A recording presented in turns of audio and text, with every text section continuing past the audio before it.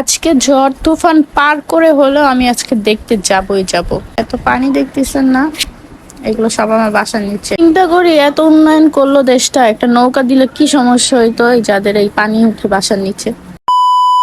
Hello everyone, আসসালামু আলাইকুম, welcome back to my new blog. তো আপনারা দেখতেছেন আমি এত তুফান ঝড় বৃষ্টি পার করে তাও আমি যাচ্ছি। কই যাচ্ছি হচ্ছে তুফান মুভিটা দেখতে। তো আমার হলে যে মুভিটা দেখা হয় নাই, তো এই তো আমি টিকিট নিয়ে নিই এবং আপনারা একটা টিকিট দেখে বুঝতে পারতেছেন আমি একাই দেখতে আসছি। এটা বিষয়টা হাস্যকর হলো, অনেক কষ্টদায়ক, কারণ আমার কেউ নাই গাইস।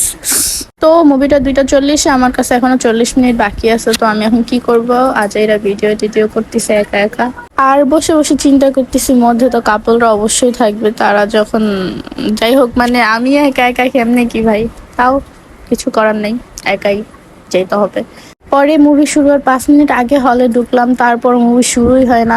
আমার কাছে 5 মিনিট অনেক বেশি সময় লাগতেছে, অ্যাড চলতেছে এখনো। তো নেই তো আমাদের সেই শাকিব খানের এন্ট্রি।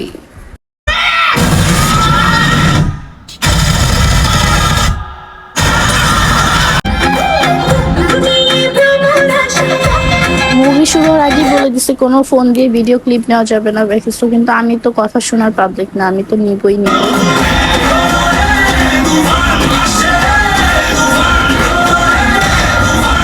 এই লাস্টের সিনটা আমার বেশি খারাপ লাগে, কারণ হচ্ছে আমি মনে করছিলাম এটা আসলেই তুফান ছিল না, তুফানের ডুপ্লিকেট ছিল, বাট ভুলবশত এটা আসল তুফানই হয়ে গেছিল। যাকে এটা ভালো হয়েছে, কিন্তু সব মুভির শেষে হচ্ছে দেখায় যে আসল তুফান মরে নাই, এই লোকটাই ওরে বাঁচায় রাখছে, কিন্তু ডুপ্লিকেট যে তুফান ছিল আর হচ্ছে যে ফাইনালি হচ্ছে মুভিতে চান্স পেয়ে গেছে।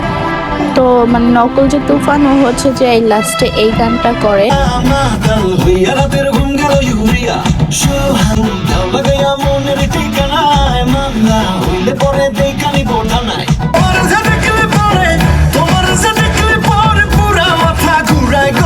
আসল নায়ক যদি মরে যায় তাহলে তার মুভি থাকে না, এই জন্য হচ্ছে আসল নায়ককে বাঁচায় রাখছে। তুফান 2 আসতেছে, আপনারা সবাই ওয়েট করেন তার জন্য।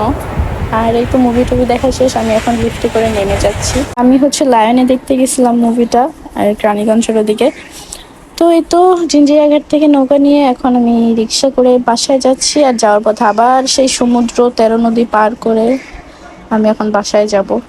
তো এই পর্যন্ত ছিল, আল্লাহ হাফিজ গাইস, টাটা।